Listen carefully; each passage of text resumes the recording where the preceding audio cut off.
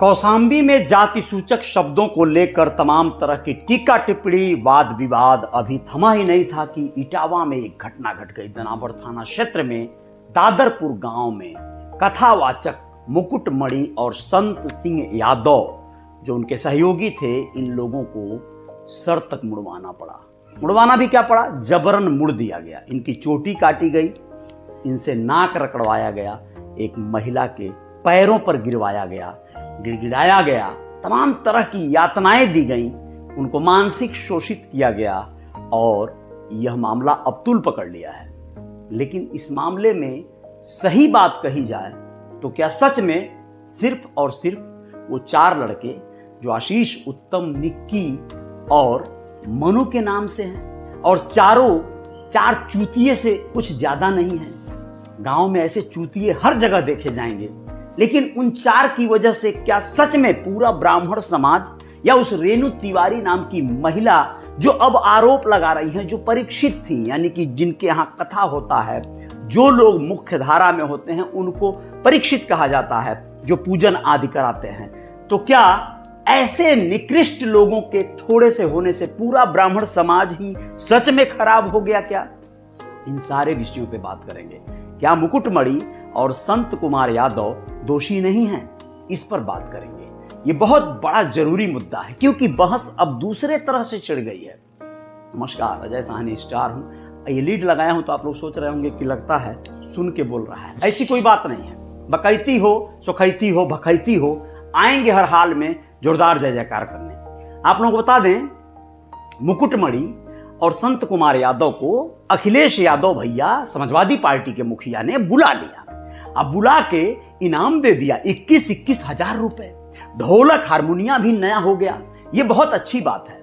लेकिन आप लोगों को नहीं लगता कि मुकुटमणि और संत कुमार जो उनके सहायक थे, इन दोनों को पहले भी इस चीज की आवश्यकता थी? अच्छा, ये लोग क्यों नहीं अपने आप को यादव बताते थे? क्यों ये 2 आईडी कार्ड लेकर चलते थे? ये सब क्या है और क्यों है? इस बेरोजगारी ने, इस दंश ने इतना ज्यादा आहत किया है, लोगों को मजबूर होना पड़ रहा है अपनी जातियां छुपाने पर। लोग व्यथित हैं, लोगों के सवालों के जवाब नहीं दे पा रहे हैं कि भैया तुम किस जाति के हो। जाति पूछकर जब रोजगार मिलेगा, जाति पूछकर जब कार्य मिलेगा, तो एक कलाकार जो पैड बजाना सीखा, ढोलक बजाना सीखा, वो कहां तक अपनी जाति बचाते बचाते अपने बच्चों को भूखे क्या मारेगा? तो वो अपनी जाति छुपाकर अपना कार्य करना शुरू कर दिया। इसी विषय पे बात करेंगे। अब आप लोग समझिए मैं जो कहना चाहता हूं। यहां पर क्या हुआ है, पूरा मामला क्या है? मामला यह है कि विगत कुछ वर्षों से मुकुटमणि यादव और उनके सहायक संत कुमार यादव, ये दोनों लोग कथा वाचन का काम करते थे। भागवत कथा। भागवत कथा आसान नहीं होता है दोस्तों, उसे कंठस्थ करना पड़ता है, याद करना पड़ता है, और ये आसान काम नहीं है। अच्छा खासा एक, जो भी कहिए, एक टीम लेकर ये लोग चलते हैं, बजाते हैं, कथा सुनाते हैं, सब लोगों को अभिभूत करते हैं। यहां पर इस दादरपुर गांव में एक ऐसा मामला हुआ कि इन्हें कथा करवाना था सामूहिक रूप से। पूरी गांव कह दिए चंदा लगा के, या कोई एक व्यक्ति भी अपने घर करवा सकता है। ये करवाने के लिए रेणु तिवारी नाम की महिला और उनके पति ने इन्हें आमंत्रित किया। यह लोग जब वहां कथा करने गए तो जो पीछे बैनर आदि लगता है या जो भी आमंत्रण पत्र छपता है, उस पर कथावाचकों के नाम लिखे थे, जिसमें पंडित, शास्त्री, आचार्य, ये सब तो आगे नाम लगा था, लेकिन पीछे जाति नहीं लगा था। यहां पर क्या होता है कि कुछ ऐसे लोग भी होते हैं, निकृष्ट लोग भी। हर जगह पंडित जी ही नहीं मिलेंगे, कहीं शिखंडी, कहीं झारखंडी भी मिलेंगे जो आपकी बंडी फाड़ सकते हैं। और यही हुआ यहां पर हुआ यही। लेकिन अब मामला तूल पकड़ रहा है दूसरा। रेणु तिवारी नाम की महिला जो है, वो अब जो है ब्रजेश श्रीवास्तव जो कि एसएसपी हैं इटावा के, उनसे मिलकर अपनी व्यथा बता रही हैं। कह रही हैं हमारे साथ छेड़खानी हुआ, हमारा हाथ पकड़े, हमारे साथ कुछ गलत करने की कोशिश किए, यानी उल्टा ही इनको जो है लटकाने की व्यवस्था बना दी गई है। यहां पर जो ब्राह्मण समाज है वो अपने समाज के साथ खड़ा है। वो कह रहा है कि ठीक ही हुआ, लेकिन बहुत से ऐसे संत महात्मा, बहुत से ऐसे आचार्य हैं जो कि बहुत भगवताचार्य भी हैं, वो लोग कह रहे हैं कि ये गलत हुआ है, संविधान के खिलाफ हुआ है। अगर वो लोग कुछ गलत कर रहे थे तो कार्रवाई तो पुलिस को करनी चाहिए थी। आप क्यों उसकी चुटिया काट दिए, आप उसका सर क्यों मुड़ दिए, आप कौन होते हैं? ये बात तो सही है ना। किसी को अपने हाथ में कानून लेने का अधिकार किसने दे दिया? यह कौन से हौसला के तहत ऐसा हो पा रहा है? आप लोगों को बताएं कि संत यादव और मुकुटमणि के साथ जो हुआ है वो विभत्स घटना है, शर्मनाक है। इस पर बहुत ज्यादा आहत हर किसी को होना चाहिए। किसी को कोई बहुत प्रख्यात इसमें कांड नहीं है, ये बस ये है कि ये दुखी कर देने वाली बात है। मैं आप लोगों को बताना चाहता हूं कि मामलात में दोषी संत और मुकुटमणि भी हैं, और कैसे हैं वो भी मैं बताऊंगा। आप लोग पूरी बात को शिद्दत से सुनिएगा। पहले तो समझ लीजिए कि जब ये महिलाएं जो जाती हैं भागवत कथा सुनती हैं, जो अपने सास, अपनी ननद, अपने पति का कुछ खास ख्याल नहीं रखती, वो ज्यादातर महिलाएं, मैं ज्यादातर बोल रहा हूं, कुछ एक महिलाओं को छोड़ दिया जाए जो श्रद्धा पूर्वक सच में अपने सारे दायित्वों का निर्वाह करती होंगी, लेकिन ज्यादातर ऐसी होती हैं जो जितनी ज्यादा जो है खतरनाक हैं अपने घर परिवार के लोगों के बीच में, अपनी ननद, जेठानी, सास से जिनका बिल्कुल नहीं पटता है, वो ज्यादातर भागवत में खूब झूम झूम के नाचती हैं। वो ऐसी श्रद्धा और भक्ति भाव दिखाती हैं जैसे लगता है उनसे बड़ा भक्ताइन कोई है ही नहीं है। रेणु तिवारी क्या उसी में की हैं? जी हाँ, मैं बोल सकता हूं दावे के साथ, उस महिला ने अगर ये कार्यक्रम करवाया, परीक्षित बनी, यानी उसमें दीक्षा लेने का कार्य करने जा रही थी, वही पूजन पाठ कराने जा रही थी, तो उनको जब श्रद्धा हो ही गई कि भागवत करने हमारे यहाँ दो संत, दो आचार्य आए हैं, तो फिर उसके बाद उनके ऊपर जाति का आक्षेप लगाकर जब वार और हमला होने लगा, तो उनको उन आचार्य, भगवताचार्य जो बने थे लोग, उनके साथ खड़ा होना चाहिए था। लेकिन उनकी तलाशी और टटोल और तमाम चीजों के दरमियान 2 आधार कार्ड मिले, जिनमें 2 अलग अलग नाम थे, फोटो एक ही था। ऐसा क्यों कराया था मुकुटमणि यादव ने? मुकुटमणि यादव इसलिए ऐसा कराए थे कि उनको कई बार ये साक्ष्य देना पड़ता था कि भैया हम भी ब्राह्मण हैं। ऐसा क्यों होता है? क्योंकि बहुत से ब्राह्मण परिवार ऐसे आज भी हैं, इसी धरा पर हैं, इसी समाज में हैं, जो लोग बहुत ही ज्यादा परहेज करते हैं। उनको नहीं चाहिए कोई दूसरा गैर जाति का व्यक्ति उनके दरवाजे पर कार्यक्रम करने वाला, नहीं चाहिए। कथा छोड़ दीजिए, ढोलक बजाने वाला भी नहीं चाहिए, जो पैड बजाता है वो भी नहीं चाहिए, सब लोग ब्राह्मण चाहिए। अच्छा ये बताओ, इसमें गलत क्या है? जब आप अपने पसंद का अपना भगवान चुन सकते हो, अपने पसंद का खाना चुन सकते हो, अपना मेहमान चुन सकते हो, आप खुद तय कर सकते हो ना कि मेरे यहाँ कौन मेहमान चाहिए, मुझे किससे जो है संबंध रखना है, किससे नहीं रखना है, तो आप ये भी चुन सकते हो कि आपके यहाँ कौन कार्यक्रम करने आएगा और कौन नहीं आएगा। इसमें दोषी सबसे बड़े वो ठेकेदार हैं जो उस कार्यक्रम को मेन मुखिया के तौर पे हाथ में लेते हैं। अगर कई बार ऐसा देखने में आया है कि ब्राह्मण गायक है, भगवताचार्य है, उसके साथ जो साज बाज बजाने वाले लोग हैं वो लोग दूसरी जातियों के हैं। अब वो जो भगवताचार्य है, मुख्य धारा वाला मुख्य व्यक्ति, वो क्या करता है कि इन लोगों को कई बार जुगाड़ तुगाड़ से जुटाता है, कम पैसा देने के लिए जो है सेट करता है, कुछ ज्यादा पैसा अपने बचाने के लिए जुगाड़ में वो दूसरी जाति, छोटी जाति, कोई भी अदना से लोगों को अपने टीम का हिस्सा बनाता है और कहता है बताना मत कि तुम दूसरी जाति के हो, इस बात को तुम बिल्कुल मत बताना। अब ऐसे में वो बेचारा क्या करे? उसे एक तो किसी तरह से कुछ काम मिला है, थोड़े से रुपए मिलने हैं, उसका घर परिवार है, बच्चे उसके ज्यादा हैं, उसने बिना सोचे समझे बस उसी पर कार्य किया है, परिवार नियोजन पे कोई नियंत्रण नहीं रखा है, बच्चे ज्यादा हैं, आमदनी कम है। अब जिस तरह से उसे आमदनी मिले वो भाग कर पकड़े, अब उसे ब्राह्मण बनना पड़े, बनिया या फिर वैश्य या फिर कुछ भी, उसे क्या मतलब है इस बात से? उसे तो कुछ पैसे चाहिए थे। अब वो बन गया बाबा जी, लेकिन बाबा जी बनने में कई बार उसको अपमानित और घोर अपमानित होना पड़ता है, और कई बार ये हस्र भी होना पड़ता है जो मुकुटमणि का हुआ, जो संत कुमार यादव का हुआ।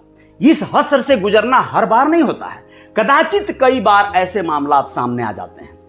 कहने का आशय यह है दोस्तों कि अगर आप में जरा भी संवेदना बची है तो ऐसे मामले में कम से कम इन पे तरस खाइए, इन पे दया कीजिए, सोचिए कि ये किन परिस्थितियों में ब्राह्मण बन गए, नकली ब्राह्मण।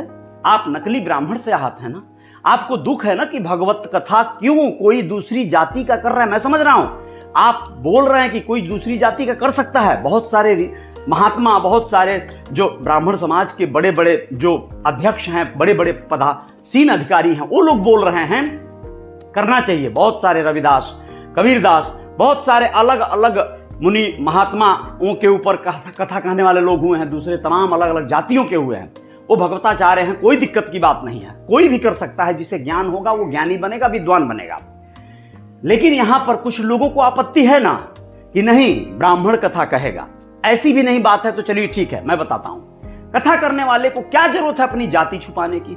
क्यों वो छुपाता है? वो सिर्फ इस लालच इस लालसा में ना कि भाई कथा तो हम करने सीख गए, लेकिन कथा कराएगा कौन? वो तो कोई बड़ी जाति का व्यक्ति ही अपने यहां कथा कराएगा, बढ़िया पैसा देगा।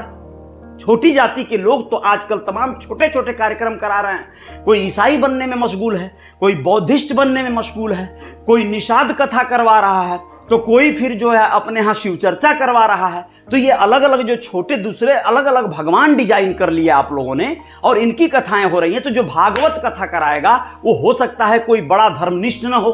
बड़ा धर्मनिष्ठ नहीं है तो इनको काम कम मिलेगा। इस जुगाड़ में इन लोगों ने अपनी जाति से ही बेदखल कर दिया अपने आप को। मुकुटमणि को कोई जरूरत नहीं थी आज तक ये बताने की कि मैं यादव हूं। मुकुटमणि तो सदैव से ब्राह्मण आचार्य पंडित शास्त्री बनने के फिराक में थे। अब आज बात फंस गई। क्यों भूल गए मुकुटमणि कि कोई न कोई तो टकराएगा जो पंडित जी नहीं, शिखंडी जी, झरखंडी जी, पाखंडी जी होगा, और वो इनकी कुटाई करेगा। यहीं पर देख लीजिए ये मामलात आ गया। ये नहीं है कि पहली बार ऐसा हुआ होगा कि मुकुटमणि अपने आप को ब्राह्मण के रूप में प्रेजेंट किए होंगे, पहली बार कथा कर रहे थे, ऐसा नहीं है। कितनी बार हुआ होगा, सफल हुए होंगे, पैसे कमाए होंगे, लेकिन यहां पर जो है मामला फंस गया। तो अब अखिलेश याद आ गए। अखिलेश को भी इनकी याद आ गई। अखिलेश को आज तक पता ही नहीं रहा होगा कि मुकुटमणि और संत कुमार नाम के दो लोग भाई, दो उनके कथावाचक जो पंडित जी बनकर कार्यक्रम कर रहे हैं, वो उनकी जाति के हैं। अब यहां पर वीडियो वायरल हुई तो ये पता चला। अखिलेश ने कहा भैया इस मौके को छोड़ना नहीं है। अब यहां पर जातिगत माहौल जो बन रहा है, ये बनाने से बेहतर है इस पूरे समीकरण को समझने की जरूरत है। ये लोग अपनी जाति न छुपाएं। क्या प्रॉब्लम है? मुझसे पूछे कि आप किस जाति के हो, मुझे बिल्कुल ये कहने की जरूरत नहीं होती है कि मैं राम सखा प्रभु भगवान रामचंद्र के सखा गुहराज निषाद, महाराजा गुहराज निषाद के वंशज हूं। नहीं, मैं मलाह हूं, मछली मरवा। ऐसे बोलो, क्या प्रॉब्लम है, क्या दिक्कत है? मैं चमार हूं, वो चमड़ा छीलने वाला। फिर कोई जब बोलेगा कि अरे चाम छीलना तो बंद हो गया है, तो बोलो अरे भैया कुछ भी, अब हम कुछ भी छील रहे हैं वो छोड़ दो, तुम अपना क्या कर रहे हो वो बताओ। आज के तारीख में जातियों पर अगर बात करेंगे तो मछली पालन का कार्य पंडित जी कर रहे हैं, मुर्गी पालन का कार्य बाबू साहब कर रहे हैं, अंडा बेचने का कार्य जो है श्रीवास्तव जी, लाला जी कर रहे हैं। कहां रह गई जातियां? कौन सी जाति पे डिबेट करेंगे आप? किस जाति के आधार पे वार करेंगे आप? नहीं कर पाएंगे, कोई नहीं कर पाएगा। छोटी जाति के लोग अपनी जाति छुपाने में मशगूल हैं, बड़ी जाति के लोग जाति पूछने में परेशान हैं। क्या जरूरत है? बड़ी जाति के लोग अगर नहीं चाहते हैं कि छोटी जाति से कार्यक्रम करवाया जाए तो आप भी क्लियर कर दीजिए ना, कहिए कि मैं दूसरी जाति का हूं, आपको काम देना है तो दीजिए, नहीं तो कहीं तो और ढूंढ लेंगे। आप छोटी जातियों के ही लोगों के यहां कार्यक्रम ढूंढ के थोड़ा कम कमाइए। आप हड़ताल कर दीजिए कि मैं ऑर्गन बजाता हूं, मैं ढोलक बजाता हूं, मैं पैड बजाता हूं, लेकिन जाति छुपाकर आपके यहां नहीं आऊंगा, किसी और को ढूंढ लीजिए पंडित जी।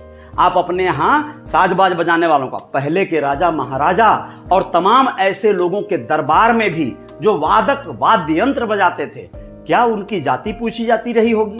क्या छोटी जाति के लोग नगारा नहीं बजाते थे? यानी कुल मिला जुला के समझिए कि आजकल जो जाति पूछकर कोई कार्य आप किसी को दे रहे हो, जाति पूछकर कोई वार आप किसी पे कर रहे हो, ये बहुत ही गलत है, बहुत ही निहायत गलत है। यहाँ पर रेणु तिवारी जैसे लोग जो पटाक्षेप, आरोप और तमाम चीजों को अब आधार बनाकर इनके ऊपर कार्रवाई किसी के कहने पर करवाने की तैयारी में है, वो गलत है। मैंने जो कहा इस बात को आप लोग भी समझ सकते हैं कि ऐसी तमाम ढोंगी ढमारे ऐसे लोग, चाहे वो कथा करने वाले हों, चाहे वो कथा कराने वाले हों, ये सब के सब ज्यादा से ज्यादा ऐसे निकृष्ट लोग हैं जो सिर्फ स्वार्थ और लालच बस अपना अपना कार्य कर रहे हैं। कोई मौज मस्ती करने के चक्कर में है तो कोई कुछ पैसे कमाने के चक्कर में। लेकिन यहां पर जो बेरोजगार हैं, जो परेशान हैं, एक एक पैसे पाई पाई के लिए भटक रहे हैं, एक काम के लिए भटक रहे हैं, उनको काम मिला भी तो उनको दूसरी जाति बनते बनते परेशान है, पसीना छूट जा रहा है। आप अपनी जाति न छुपाइए, डंके के चोट पे बताइए। इस जो है मामले में सीधा सीधा मुकुटमणि यादव को लिखना चाहिए था आचार्य, भगवताचार्य पंडित मुकुटमणि यादव, भगवताचार्य पंडित संत कुमार या संत सिंह यादव, कोई दिक्कत नहीं थी। उनको अपनी जाति छुपाकर सिर्फ पंडित जी के यहां काम नहीं मिलता ना, हो सकता है किसी यादव जी के यहाँ काम मिलता, आज नहीं तो कल मिलेगा। जय जयकार तो होगी, लेकिन आप लोग क्या कहेंगे इस पूरे मामलात पर जरूर कहिएगा। बाकी बने रहिएगा मेरे साथ। लेकिन उन लोगों को दंड तो मिलना चाहिए जिन लोगों ने ये घोर कृत्य किया है। सर मुड़ने का अधिकार, मारने पीटने का अधिकार तुम्हें किसने दे दिया? वो लोग अपराधी ही क्यों ना हो, तुम सिर्फ पुलिस कार्रवाई करवा सकते थे। उस आशीष को, उस उत्तम तिवारी को, उस मनु को या फिर उस निक्की को जिसने सर मुड़ने का कार्य किया, पुलिस ने गिरफ्तार तो कर लिया है, लेकिन इन्हें कठोर सजा मिलनी चाहिए, तभी जाकर जय जयकार होगी। नमस्ते मुकुटमणि यादव जी, आप भी सुधर जाइए। और आप जैसे तमाम दोस्त मित्र जो इस वीडियो को देख रहे हो, जो लोग नकली कथावाचक नहीं कहूंगा, असली कथावाचक हैं आप, लेकिन आप अपनी जाति पे फक्र कीजिए, गुरूर कीजिए। आप चमार हैं, मलाह हैं, यादव हैं, अहिर हैं, कोयरी हैं, कुहार हैं, लोहार हैं, आपके अंदर जो गुणवत्ता है, आप महान हैं भाई। आप अपनी गुणवत्ता पे फक्र कीजिए, कोई तो आपको समझेगा। सारे ब्राह्मण गलत नहीं होंगे, सारे क्षत्रिय गलत नहीं होंगे। आपकी गुणवत्ता को ज्यादातर लोग महत्व दें कि वाह, छोटी जाति का होकर बड़ा उच्च कार्य कर रहा है। लेकिन आप छुपा कर जब करेंगे तो वो तो भ्रम में कर रहे हैं ना, उनको लग रहा है पंडित जी आए हैं, और जब उन्हें पता चलेगा कि पंडित जी नहीं हैं तो उनका जो अंदर एक द्वंद्व चलने लगेगा। उनके घर में कोई रिश्तेदार आया रहेगा, कोई महिला होगी, कोई उनके बुजुर्ग लोग होंगे, वो लोग जो है घोर निंदा और उनको सब बर्बाद जैसा लगेगा। सारी पूजा पाठ उनकी भंग हो गई। छुआछूत भेदभाव का अभी भी वैसे ही जहर घुला हुआ है। ये अलग बात है कि उसकी खुराक कोई कम ले रहा है, कोई ज्यादा ले रहा है। थैंक यू, शुक्रिया, नमस्ते।